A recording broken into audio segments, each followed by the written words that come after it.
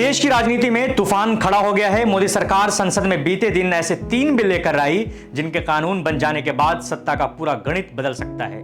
कहा यह जा रहा है कि अब प्रधानमंत्री, मुख्यमंत्री या मंत्री कोई भी अगर 30 दिन जेल में रहा तो उसकी कुर्सी अपने आप चली जाएगी। सरकार कह रही है कि यह कदम राजनीति को साफ और ईमानदार बनाने के लिए है, लेकिन विपक्ष आरोप लगा रहा है कि यह बिल दरअसल विपक्षी नेताओं को सत्ता से बाहर करने का एक नया तरीका ढूंढ लिया है।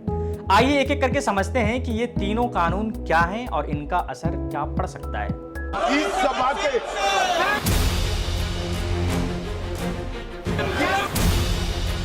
हम ऐसे निर्लज्ज नहीं हो सकते। ये क्या सिखाते हैं नैतिकता हमें? माननीय गृह मंत्री जी, बहुत नैतिकता की बातें कर रहे हैं आप। आपने भाषण दिए थे चक्की पीसिंग, महाराष्ट्र में जिनको लेके डिप्टी सीएम बना के घूम रहे हैं आप। मुझे सुनो मुझे सुनो ना। When he was the Home Minister of Gujarat, he had been arrested, sir. देश की जनता देख रही है, संसद में मर्यादा रखो। विरोध का ये तरीका क्या उचित है क्या?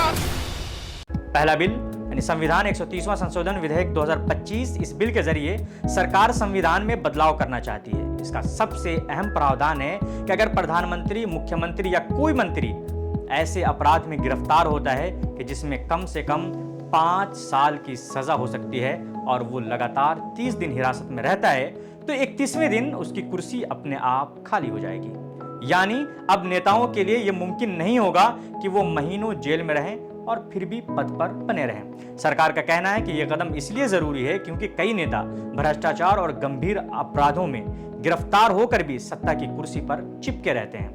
लेकिन विपक्ष का आरोप है कि सरकार सीबीआई और ईडी जैसी एजेंसियों का इस्तेमाल करके विपक्षी नेताओं को पहले गिरफ्तार करेगी और फिर इस कानून की आड़ में उन्हें पद से हटा देगी। दूसरा बिल जम्मू कश्मीर पुनर्गठन संशोधन विधेयक 2025। इस बिल का सीधा रिश्ता जम्मू कश्मीर की राजनीति से जुड़ता है। इसमें प्रावधान है कि केंद्र सरकार को और मजबूत अधिकार मिलेंगे ताकि राज्य के मंत्रियों और मुख्यमंत्रियों पर यह नियम लागू हो सके। यानी अगर जम्मू कश्मीर का कोई मंत्री या मुख्यमंत्री गिरफ्तार होता है और 30 दिन जेल में रहता है तो राज्यपाल उसे पद से हटा देंगे। सरकार का कहना है कि जम्मू कश्मीर में शांति और पारदर्शिता के लिए यह कदम जरूरी है, लेकिन विपक्ष का आरोप है कि यह बिल दरअसल कश्मीर की राजनीति पर केंद्र का पूरा कंट्रोल बढ़ाने के लिए लाया जा रहा है। विपक्ष कह रहा है कि इसमें जो संघीय ढांचे पर सीधा हमला हो रहा है। अब समझते हैं तीसरा बिल संघ राज्य क्षेत्र सरकार संशोधन विधेयक 2025। ये बिल दिल्ली और अन्य केंद्र शासित प्रदेशों से जुड़ा है। इसमें साफ लिखा है कि अगर मुख्यमंत्री या मंत्री जेल में रहते हैं तो उन्हें पद से हटा दिया जाएगा। इसका सीधा असर दिल्ली की राजनीति पर पड़ेगा। दिल्ली में बीजेपी के सत्ता में आने से पहले दिल्ली के मुख्यमंत्री यानी पूर्व मुख्यमंत्री अरविंद केजरीवाल महीनों जेल में रहे थे, लेकिन पद से इस्तीफा नहीं दिया था। इस्तीफे की मांग लगातार उठ रही थी, लेकिन फिर भी वो अपने सीट पर बने हुए थे। सरकार का तर्क है कि यह कदम राजधानी और केंद्र शासित प्रदेशों में पारदर्शी शासन के लिए जरूरी है, लेकिन आम आदमी पार्टी और विपक्ष का कहना है कि यह बिल खास तौर से केजरीवाल जैसे नेताओं को निशाना बनाने के लिए लाया गया है कि उसको सीबीआई के अंदर फंसाया जाए और उसे जेल में डाल दिया जाए और उसकी सरकार गिरा दी जाए। अब यह जानकारी भी जरूरी है कि विपक्ष ने क्या आलोचना किया है और उसका क्या कुछ असर रहा है। तो सबसे पहले बात करते हैं कांग्रेस की, तो कांग्रेस के नेताओं की। तो कांग्रेस ये कह रही है कि मोदी सरकार लोकतंत्र पर सबसे बड़ा हमला कर रही है। अभिषेक मनु सिंघवी बोले कि यह कानून विपक्षी नेताओं को हटाने का शॉर्टकट है, सत्ता पक्ष पर कोई कार्रवाई क्यों नहीं होती। टीएमसी का कहना है कि सरकार अब चुनाव की जगह एजेंसियों और जेल के सहारे विपक्ष को हराना चाहती है, क्योंकि सरकार उससे अब चुनावी रणनीति में लड़ने को तैयार नहीं है। अगर हम आम आदमी पार्टी के आरोप की बात करें तो आम आदमी पार्टी का आरोप है कि यह कदम तानाशाही की तरफ बढ़ता हुआ कदम है, क्योंकि इससे चुनी हुई सरकारें अस्थिर होगी। वामपंथी दल कह रहे हैं कि यह लोकतांत्रिक ढांचे की जड़ें हिला देगा। अब यह जानना बेहद जरूरी है कि जनता ने क्या राय दी इस पर। तो लोगों ने सोशल मीडिया पर जम के अपनी राय दी, अपनी राय देना शुरू किया।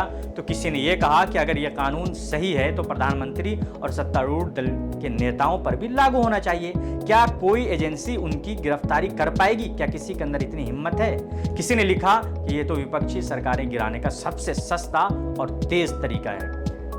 वहीं कुछ लोगों ने कहा कि भ्रष्टाचार रोकने के लिए यह जरूरी कदम है। अगर यह कानून पास हो गया तो असर क्या होगा, इस पर हम बात कर लें। तो सबसे पहली बात कि कोई भी नेता जो गंभीर अपराध में गिरफ्तार होकर 30 दिन जेल में रहेगा वो पद पर नहीं टिक पाएगा। दूसरा, इसका सीधा असर विपक्षी शासित राज्यों पर पड़ेगा, क्योंकि वहां के मुख्यमंत्री या मंत्री अगर एजेंसियों की जाल में फंसे तो उनकी सरकार अस्थिर हो सकती है। तीसरी बात कि अगर लोकतंत्र और संघीय ढांचे पर बड़ा सवाल उठेगा, क्या गिरफ्तारी पर सिर्फ पद से हटाना ही जरूरी है जबकि अदालत ने उसे दोषी भी साबित ना किया हो? तो तस्वीर साफ है, 3 बिल जिनका असर प्रधानमंत्री से लेकर राज्य के मुख्यमंत्रियों तक पड़ेगा।